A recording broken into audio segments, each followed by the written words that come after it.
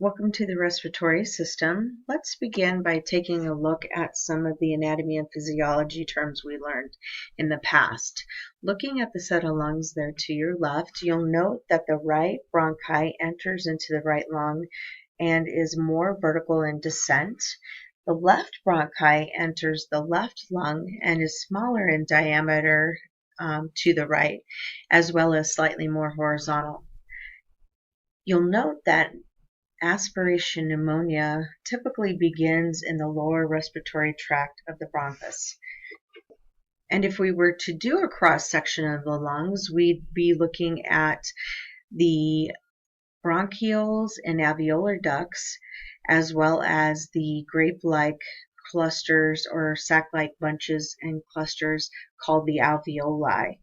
That is where all the action's happening at the alveoli level.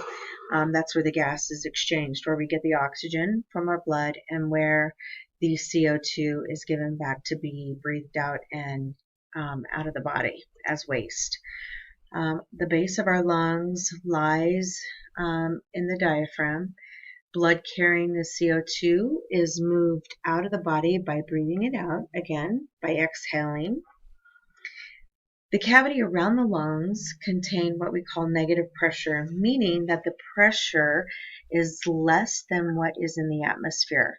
This is literally what allows the lungs to remain inflated, the negative pressure surrounding them. If for some reason that area is disturbed, if that negative pressure is disturbed, then that will be a huge risk for the lungs collapsing and becoming a pneumothorax. So it's important that we maintain that negative pressure in that cavity. You'll note that the pressure inside the lung itself is atmospheric, and that too is one of the aspects of why the lungs stay inflated inside that negative pressure cavity. Excess fluid in the pleural space, if you'll recall from A&P, is called a pleural effusion. We see this when a patient aspirates part of their food, and that will lead to aspiration pneumonia. We've also seen this with some of our chronic heart failure patients where they can't, their heart isn't perforating 100%, perfusing 100%, and so we'll see that they can't handle that excess fluid in the system. And again, many times this fluid will end up in the lungs. And the lungs are supposed to be a dry area where no fluid is accumulated. If fluid gets into the lungs, then it is in a dark, moist area where it is the prime environment for growing bacteria. So this is when we get the pneumonia starting in the lower lobes most often, due to everything going dependent and usually ending up in the lower fields. Cancer and cirrhosis of the liver as well will produce enormous amounts of fluid, and again they will sometimes decide that they're going to go to the lungs, where we'll get an additional infection in the lungs due to this excess fluid. So another reminder that the way that our body exchanges oxygen and carbon dioxide is through a process called diffusion. Diffusion is the spontaneous movement of particles from an area of high concentration to an area of low concentration. So you'll notice that diffusion is happening when the oxygen moves from the alveoli into the blood, and the CO2 moves from the blood to the alveoli. Now, when we're doing our assessments for our lungs, what we're looking at is we're looking for symmetry. Does the left side look like the right, right? So look for symmetry in chest movement, symmetry in breathing patterns, and whether a patient is having trouble taking really deep breaths. So we're going to have them breathe normal, and then as well as when we do our we'll have them breathe normal when we face them, and then when we're doing our lung assessment, when we have our stethoscope on the back, we'll have them breathe deeply. And you're still looking for that irregular breathing pattern, whether it's shallow, too deep, or if one side is moving easier than the other. You'll make a note of that. Also evaluate if the patient takes oxygen, and if so, how many liters of oxygen are they on, and what is their saturation on that amount of O2. And what is basically their norm is what we're looking to answer. So you're going to answer the questions, is your patient in distress? How we do that is, are they having labored or rapid breathing? Are they tired or fatigued, or having general weakness? How is their blood pressure? Is it within a normal range, or is it lower? And is this something, that low blood pressure, is that something that the patient lives with? You want to take a really good look at their hands and their toes. So their nail beds of their hands and their feet, their toes, to see if they're having any type of oxygenation issues, right? Because knowing that this is the most distal end of the body, we know that the body tends to conserve and place the oxygen in its core first. So by looking at the nails, we'll know how oxygenation is happening in the body. We'll be listening to them for any type of cough. Are they having a dry hacking cough, or is it a productive cough? Right? Both of these are irregular and need to be noted. Does the patient have a fever? Are they getting headaches? How about their heart rate? How's their heart rate, right? We're looking for an elevated heart rate if the heart is having to work harder because there's something irregular in the lungs, right? And then finally, what's their neurostatus? Their mentation, are they alert and oriented ×4, and if not, what is their baseline? We're always comparing what their current status is with their baseline status. So we're going to take a look at lung sounds, and adventitious just means unusual lung sounds or outside the norm. Okay, the first adventitious lung sound we're going to look at is wheezes. Wheezes are heard most clearly when a patient exhales, but if a patient is having a severe case of wheezing, then we can hear it on inhalation as well.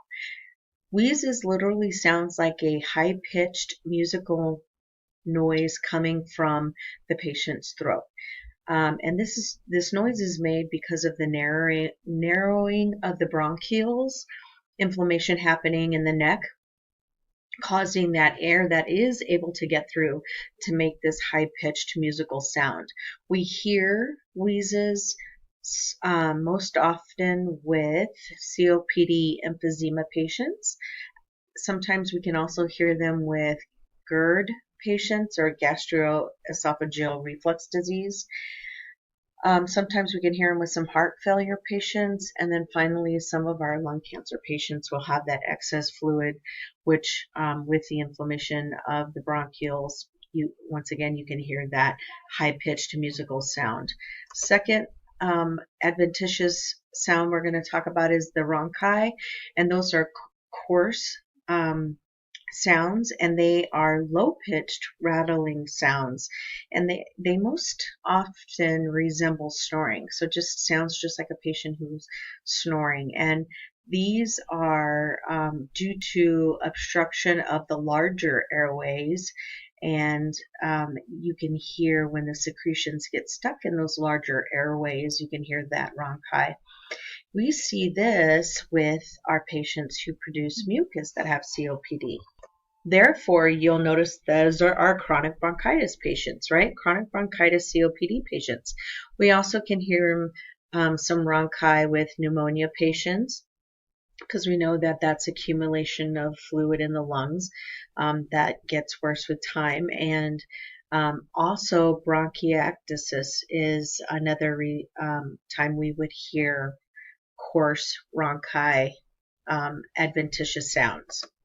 The next one we're going to look at are crackles, and they literally sound like snap, crackle, pop air noises. And this is where there's accumulation of fluid again in the bronchioles, and due to the narrow airway passages, that's the fluid getting stuck in there. So it's the snap, crackle, pop noise that you'll hear. We see these with our pneumonia patients, again with our acute bronchitis patients.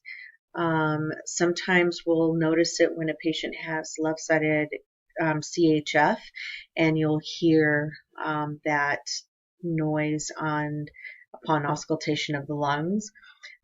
Also, patients who have interstitial lung disease, as well as atelectasis additionally. The next one we're going to look at is a pleural rub, and this is literally, you can almost see when a patient has a pleural rub.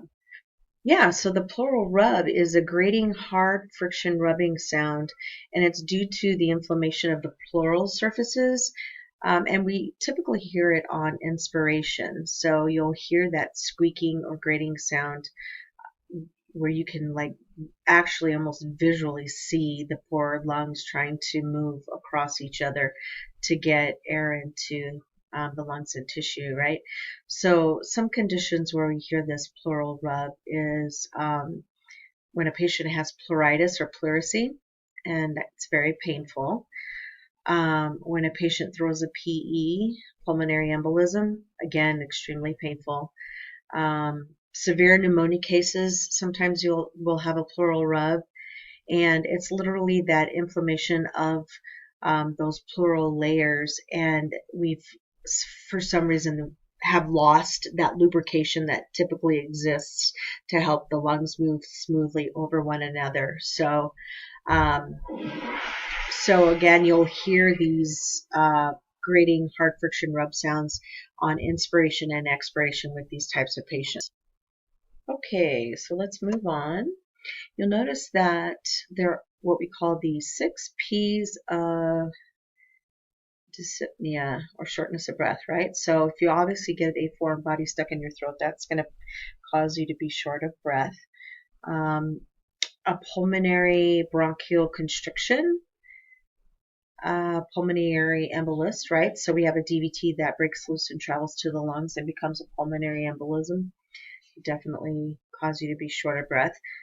If there's fluid in your lungs that is connected to pneumonia, that's obviously going to have you be short of breath.